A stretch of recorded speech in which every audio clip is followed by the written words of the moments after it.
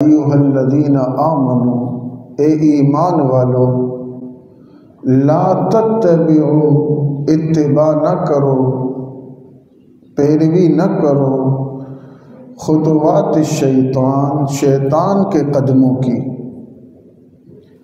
شیطان کی پیروی نہ کرو، شیطان کے راستے پر نہ چلو۔ کیسے پتہ چلے گا کہ میں شیطان کے راستے پہ چل رہا ہوں یا میں رحمان کے راستے پہ چل رہا ہوں؟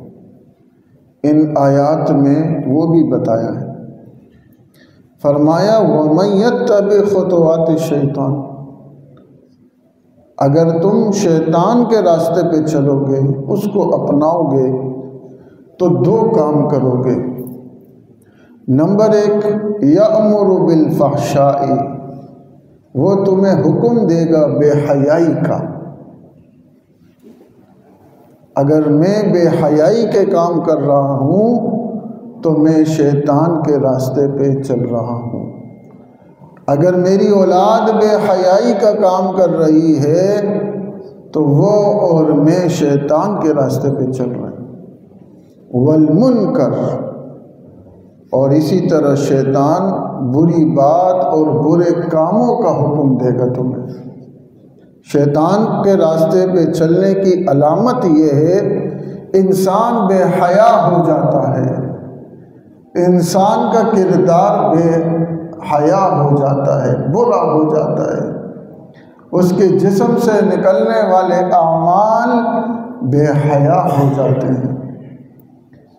اللہ فرماتے ہیں وَلَوْلَا فَضْلُ اللَّهِ عَلَيْكُمْ، شیطان تو تمہیں بے حیا کرے گا، برا کرے گا، بد کردار بنائے گا، لیکن اس کے مقابلے میں وَلَوْلَا فَضْلُ اللَّهِ عَلَيْكُمْ، اگر اللہ کا فضل نہ ہوتا تم پر، وَرَحْمَتُهُ، اور اللہ کی رحمت نہ ہوتی، تو اے انسان ما زکا منکم من احد ابدا، تو کبھی بھی پاک نہ ہوتا۔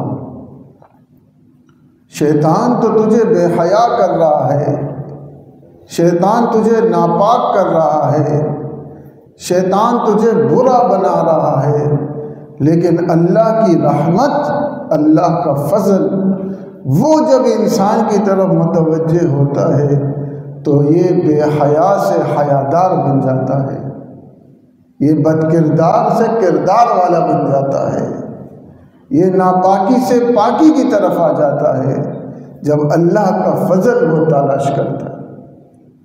اگر انسان کو کیسے پتہ چلے گا کہ مجھ پر اللہ کا فضل ہے یا نہیں ہے؟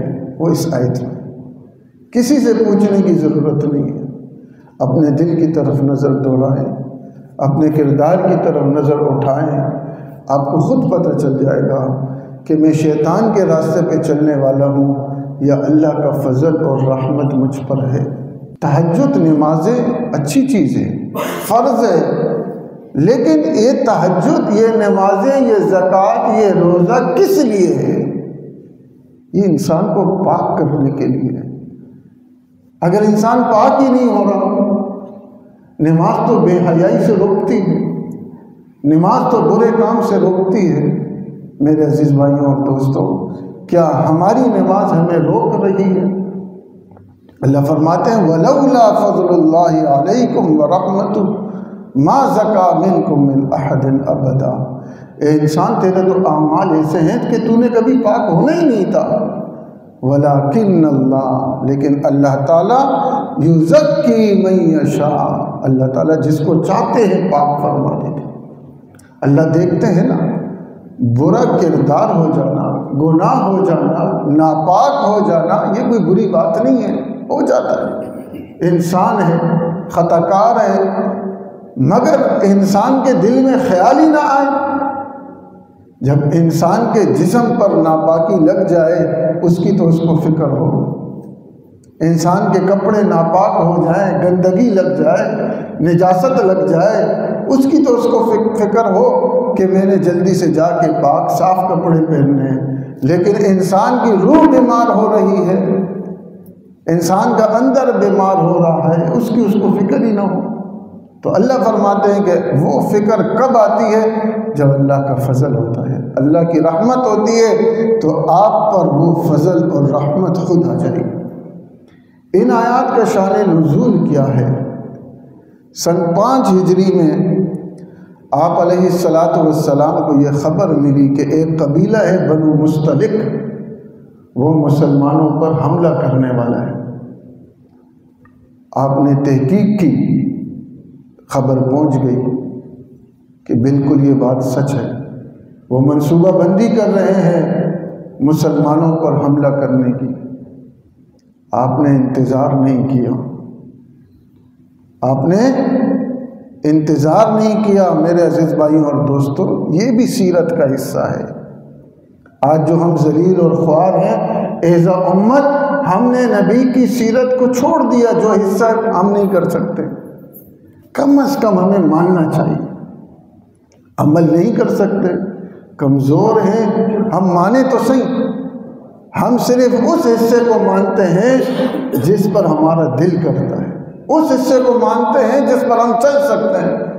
یہ بھی سیرت ہے۔ آپ کو اطلاع آئی کہ بنو مستلق والے مسلمانوں پر حملہ کرنے والے ہیں، آپ نے مسلح نہیں بچھایا کہ 2 رکعتیں سارے جلدی جلدی پڑھو، وہ ہم پر حملہ کرنے والے ہیں۔ آپ نے 500 افراد کا قافلہ تیار کیا مجاہدین کا، ان کے حملہ کرنے سے پہلے آپ نکل گئے حملہ کرنے کے لیے۔ سب کو سبحان اللہ۔ ان کے حملہ کرنے سے پہلے آپ صلی اللہ علیہ وسلم 500 مجاہدین لے کر چلے گئے اور فتح ہوئی، غلبہ ہوا، وہ مغلوب ہو گئے۔ یہ واقعہ اس وقت کا ہے جب پردے کا حکم آ چکا تھا۔ آپ کے ساتھ خواتین بھی تھی، امی عائشہ رضی اللہ تعالی عنہا بھی تھی اس قافلے میں۔ کجاوے پہ آپ کے لیے جگہ بنائی گئی تھی اونٹ کے اوپر، خواتین چونکہ پردے کا حکم آ گیا تھا تو وہ اس میں بیٹھ جاتی اور پھر صحابہ ان کو لے چلتے۔ جب وہاں سے واپسی آ رہے تھے، ایک جگہ رکا قافلہ، امی عائشہ رضی اللہ تعالیٰ عنہ گئی، ان کے آنے سے پہلے قافلہ چلا گیا۔ مختصر بات بتا رہا ہوں، وہ جب آئی تو دیکھا قافلہ جا چکا ہے۔ اب پکے روڈ تو بنے نہیں تھے، راستہ تو تیار نہیں تھا کہ چل پڑتی، تو انہوں نے یہ فیصلہ کیا کہ مجھے یہیں رہ جانا چاہیے، جب وہ آگے جا کے دیکھیں گے نہیں ہے تو وہ مجھے لینے کے لیے واپس آ جائیں گے۔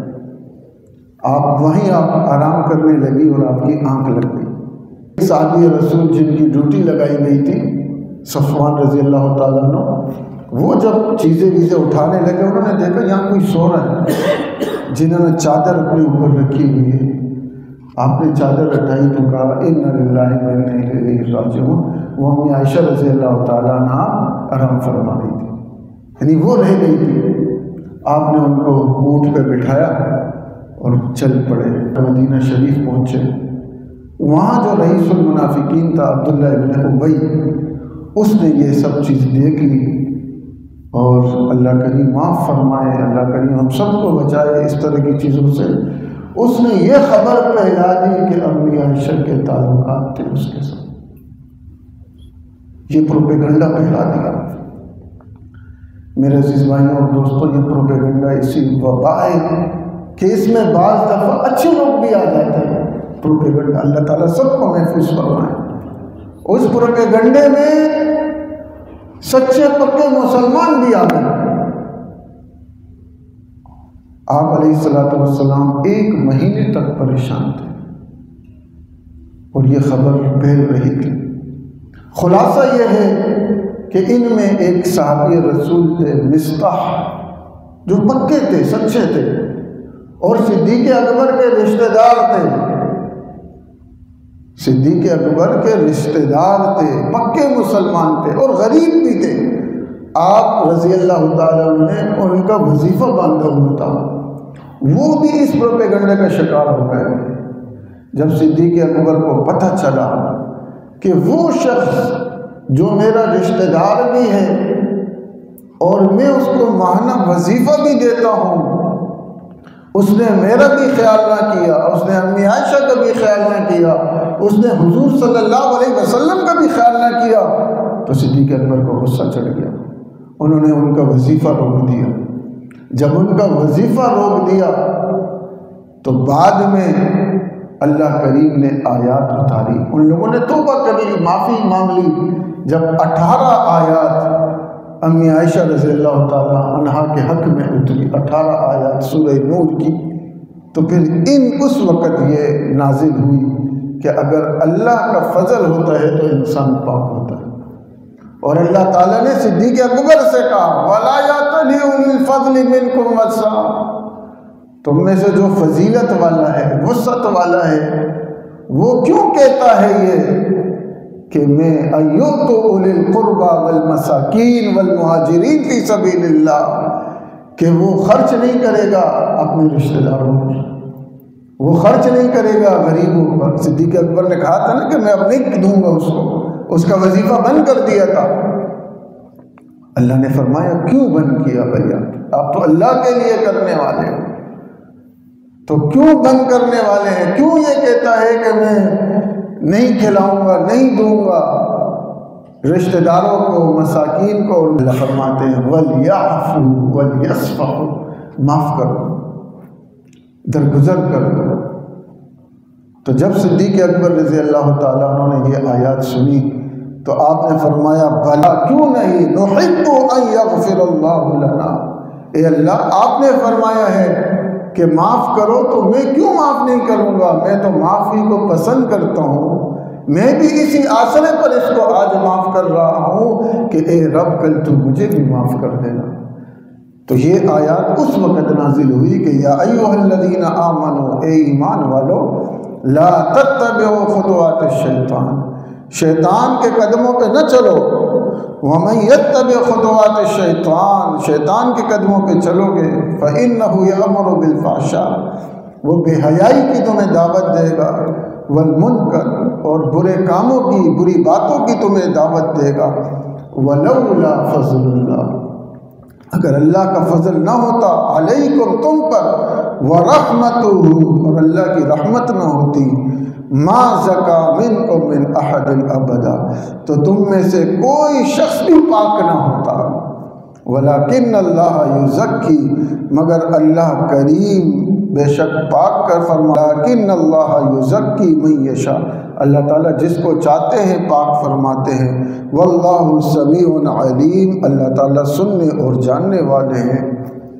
وَلَا يَأْتَلِ أُولُو الْفَضْلِ مِنْكُمْ، تم میں سے جو فضلت والے ہیں، وسعت والے ہیں، طاقت والے ہیں، اللہ نے جن کو مال اور دولت دی ہے، وہ کیوں کہتے ہیں، وہ کیوں قسم کھاتے ہیں کس بات کی؟ أَن يُؤْتُوا أُولِي الْقُرْبَى، کہ وہ اپنے رشتہ داروں کو نہیں دیں گے، وَالْمَسَاکِینَ، اور مسکینوں کو نہیں کھلائیں گے، وَالْمُہَاجِرِينَ فِي سَبِيلِ اللَّهِ، اور مہاجرین پہ خرچ نہیں کریں گے۔ اللہ فرماتے ہیں وَلْيَعْفُوا وَلْيَصْفَحُوا، آپ معاف فرمائیں اور درگزر فرمائیں۔ کیوں؟ اَلَا تُحِبُّونَ، کیا تم پسند نہیں کرتے أَن يَغْفِرَ اللَّهُ لَكُمْ، کہ اللہ بھی تمہیں معاف فرما دیں، وَاللَّهُ غَفُورٌ الرحیم، بے شک اللہ تعالیٰ معاف کرنے والے ہیں اور رحم کرنے والے ہیں۔ میرے عزیز بھائیوں اور دوستو، اس سے ایک بات ہمیں یہ پتہ چلی کہ پاکی اللہ کا فضل۔ یہ پاکی ہے کیا چیز؟ پاکی جو ہے وہ ناپاکی کی ضد ہے، ایک ہے پاک، ایک ہے ناپاک۔ پھر ناپاکی کی دو قسمیں ہیں، ایک کو کہتے ہیں حدث، ایک کو کہتے ہیں خبث۔ حدث کس کو کہتے ہیں؟ ظاہری ناپاکی، جسم کا ناپاک ہو جانا، کپڑوں کا ناپاک ہو جانا۔ اور خبث کس کو کہتے ہیں؟ اندر کی ناپاکی کو، دل کا ناپاک ہو جانا۔ ظاہر کی ناپاکی جس طرح ضروری ہے اس سے پاک ہونا، اندر کی ناپاکی کا اس سے زیادہ پاک ہونے ضروری ہے۔ لیکن آپ یہ دیکھیں کہ ہمارا دل پاک نہیں ہے۔ جب دل پاک نہیں ہوتا تو پھر اعمال کے اثرات نہیں ہوتے۔ آپ صلی اللہ علیہ وسلم نے فرمایا نا کہ جسم کے اندر ایک لوتھڑا ہے، اگر وہ صحیح ہو جائے تو پورا جسم صحیح ہو جاتا ہے، وہ خراب اور ناپاک ہو جائے تو پورا جسم ناپاک ہو جاتا ہے۔ فرمایا الا وہی القلب، وہ دل ہے، دل کیوں پاک نہیں ہوتا؟ دل کے اندر، دل جو زندہ ہے وہ خون سے زندہ ہے۔ خون کس چیز سے بنتا ہے؟ خون غذا سے بنتا ہے۔ غذا کس چیز سے بنتی ہے؟ جو ہم کھاتے ہیں۔ ہمارا کھانا جب پاک نہیں ہوگا تو ہمارا دل کہاں سے پاک ہوگا؟